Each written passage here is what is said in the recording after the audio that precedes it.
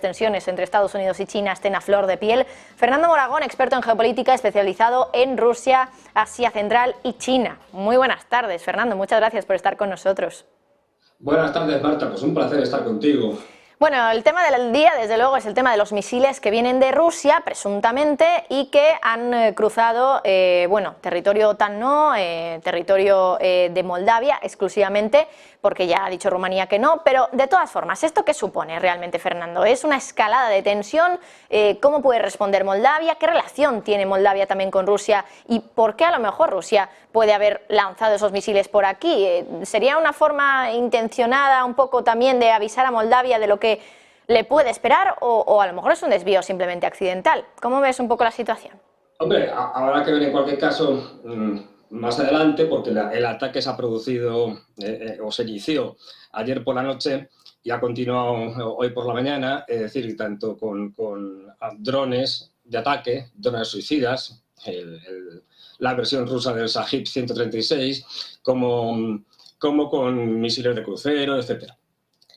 Ha sido un ataque potente, lo primero que hay que decir, es decir, cada cierto tiempo los rusos hacen un ataque que lo que hace es degradar aún más el sistema eléctrico del país, degradar, y atacar los sistemas de infraestructuras tipo carreteras, sobre todo infraestructuras como trenes, etcétera, depósitos de armas, es decir, cosas de estas. Entonces, yo no creo que sea especialmente importante y que al final tenga grandes repercusiones, pero sí que hay algunas, porque me recuerda mucho al famoso incidente con el misil que cayó en Polonia, donde murieron 2 personas y tal, y que luego resulta que era un misil ucraniano. El gobierno ucraniano intentará sacarle todo el partido que pueda, lógicamente. Pues lo digo porque ya no es ni el primero, ni el segundo, ni el tercero que pasa o cae, es decir, por algún país más o menos cercano al conflicto. Lo que sí, efectivamente, señalas es que Moldavia, que es un país pequeñito, es un país que además tiene un conflicto interno desde la desaparición de la Unión Soviética, que es el conflicto de Transnistria, que es una franja estrecha que está pegada a Ucrania y que de facto está separada de Moldavia, aunque no está reconocida legalmente o de jure por ningún organismo internacional ni por ningún país. Bueno, pues esa franja, que lleva separada, ya digo, de hecho, desde hace 30 años, ahí la población no es moldava, es decir, no es una población con un idioma parecido al rumano, sino que son rusos y ucranianos. Y ahí hay 2.000 soldados aproximadamente rusos desde ese momento que están como fuerza que garantiza pues, una situación de relativa paz, ¿no? Entonces, ahí ya ha habido ataques durante esta guerra, el año pasado, y ataques directos con drones que no se esclarecieron nunca. Nadie supo al final quién estaba detrás de eso. Lo que sí es cierto es que Moldavia, ahora mismo, la presidenta de Moldavia, Sandu, es pro OTAN, pro Unión Europea y completamente contraria a Rusia. Sin embargo, la población, que es un país pobre, es decir, es una población que se está pasando muy mal, porque ahora mismo no tiene problemas de gas, porque la presidenta se ha negado a tener ningún acuerdo con los rusos. Ya digo, no estando en la Unión Europea, ya no tiene por qué cumplir ningún acuerdo de la Unión Europea. Y la población ha hecho muchas manifestaciones en contra de la presidenta, con lo cual la tensión interna es muy grande y es un país, quizá el principal candidato a poder estallar después de Ucrania. O que en el caso de que se extendiera la guerra, el primer candidato sería seguramente Moldavia. Recordemos que hay simplificando mucho, dos grupos de países europeos que tienen ideas distintas. Es decir, uno encabezado por los británicos y con los polacos y los bálticos y en parte también los rumanos allí, o sea, detrás de ellos, que lo que quieren es que la guerra vaya más, es decir, que la guerra se extienda, que la guerra no acabe o acabe lo más tarde posible. Estos son los países, digamos, más peligrosos en ese sentido. Luego hay otros países como Francia, Alemania, que quieren resolver esto cuanto antes porque les está causando múltiples problemas y pérdidas, ¿no? y esas tensiones se notan. Fijaros que el otro día, como en la reunión de Bruselas, por ejemplo, cuando entró Zelensky, el primer ministro de Hungría, Viktor Orbán, no le saludó y le miró con cara de muy pocos amigos.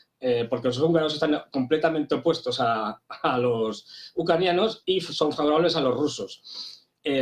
Entonces yo creo que en principio, si los moldavos y los grupos que apoyan a Moldavia, Rumanía, Moldavia, los rusos a Transnistria, etcétera, o a la oposición dentro de Moldavia, no tensan las cuerdas y no intentan reventar Moldavia, que lo podrían hacer, pues la cosa se quedará en alguna protesta, algún tipo de justificación, porque ya digo, pero lo importante, fíjate, por el momento lo importante es el ataque tremendo que han tenido hoy los ucranianos, el gobierno ucraniano, Ucrania, por parte de Rusia. Se dice que es el ataque más duro que han tenido no ya este año, sino de todos los que tuvieron desde el año pasado, desde septiembre del año pasado.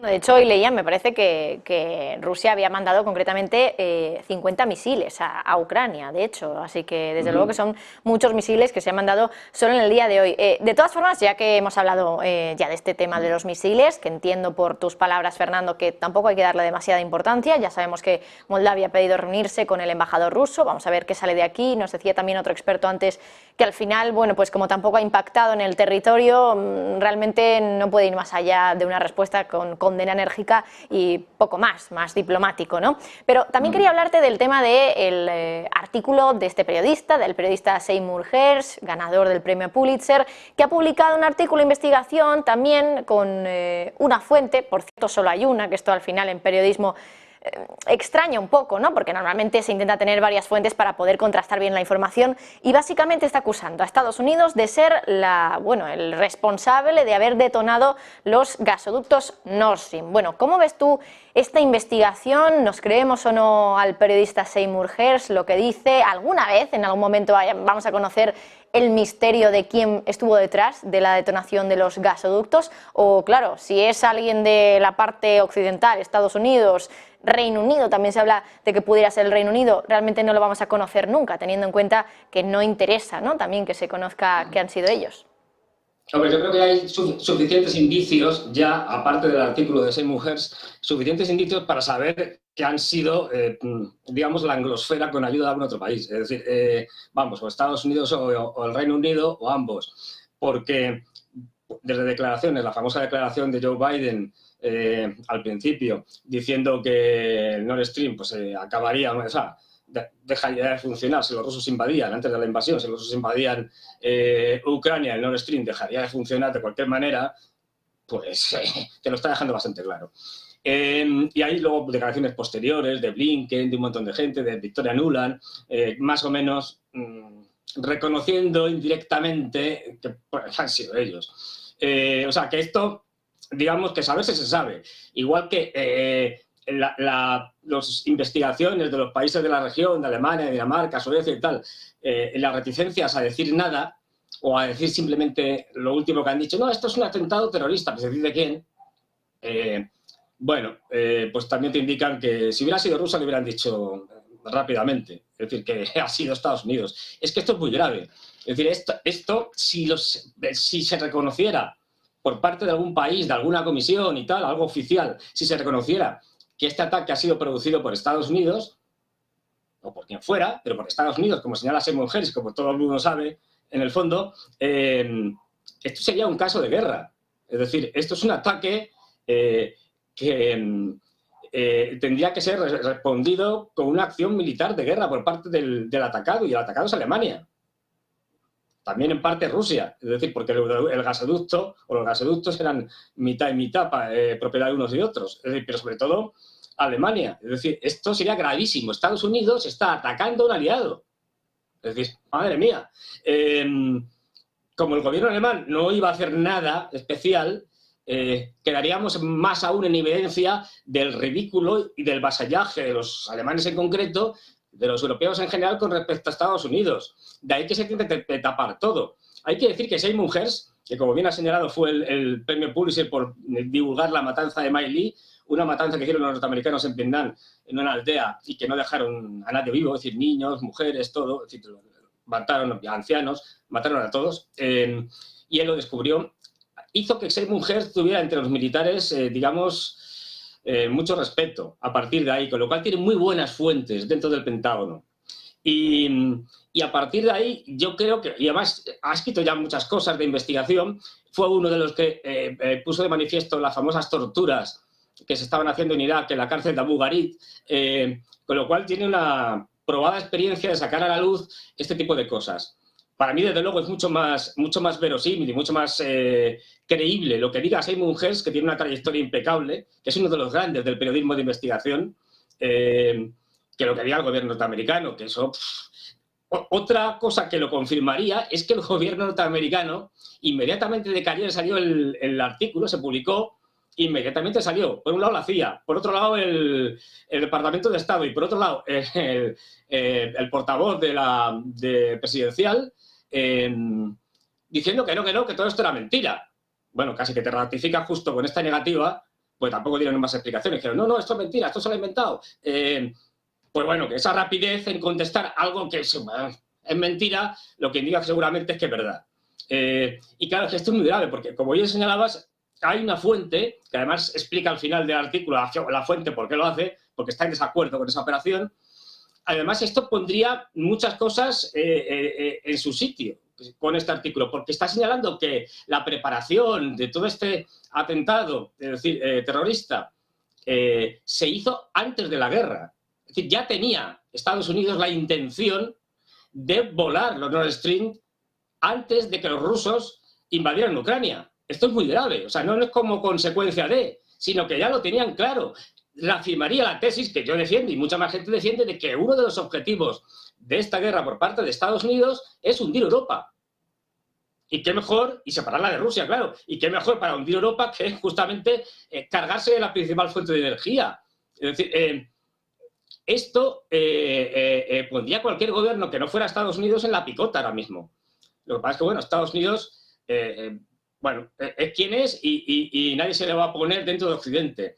Pero ya ha salido María Sájarova, la portavoz de Exteriores de Rusia, pidiendo explicaciones. Y ya digo, es gravísimo. Si los europeos realmente fueran gente seria, que no lo son, la Unión Europea y los políticos europeos, la Unión Europea ahora mismo tendría que estar pidiendo explicaciones ya a Estados Unidos, porque ya estamos hablando de un acto terrorista cometido por un país aliado en otro país aliado que sería objeto en cualquier situación normal de una declaración de guerra por parte del país agredido.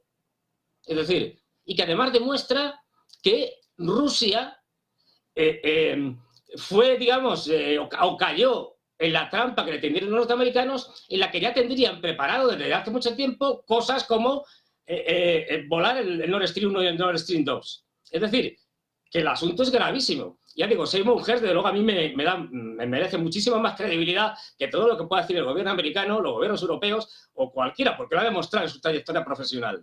Es decir, es algo gravísimo y sobre todo lo que nos va a dejar es aún más en ridículo a los europeos. Los europeos ahora mismo somos vasallos de los norteamericanos hasta el punto de que dejamos que nos agredan y no hacemos nada. En el caso de Alemania, además, hay una tradición ya larga de este tipo de cosas, de que los Estados Unidos, al final, es mejor casi ser enemigo de Estados Unidos que ser su amigo, porque a la señora Merkel la tenían espiada, múltiples veces a través de su móvil.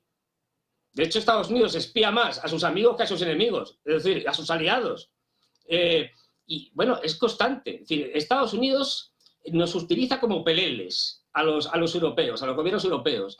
Y el caso de Alemania es paradigmático porque justamente los alemanes les hacen de todo, les espían a sus cancilleres, les ponen bombas en los gasoductos y lo intentan tapar. ¿Qué soberanía tenemos? Ninguna. La soberanía de los europeos no reside en sus parlamentos, no reside en sus gobiernos, reside en Estados Unidos. Esto es así. Bueno, pues desde luego es muy interesante todo lo que nos cuentas, Fernando, lo que nos cuentas y también esa lectura, ¿no?, de lo que gana también Estados Unidos con ese Nord Stream, con la destrucción del Nord Stream. Es algo que ya sabíamos, pero hay que tenerlo muy en cuenta cuando estamos también leyendo este artículo y teniendo también toda esa información de que todavía no se conoce nada respecto al autor del acto de sabotaje. Recordamos también que quien está al frente de esa investigación es Dinamarca, si no me equivoco. Y bueno, pues también hay que tener en cuenta que Dinamarca es un país que, como dices, es amigo de Estados Unidos, así que habrá que ver si acabamos sabiendo en algún momento todo esto del autor del sabotaje del Nord Stream. Fernando Moragón, como siempre, bueno, experto en geopolítica, especializado en Rusia, Asia Central y China. Muchísimas gracias por estar con nosotros, ha sido un placer hablar contigo. Gracias a ti, Marta, igualmente. Y antes ya de ir con el análisis sobre esta jornada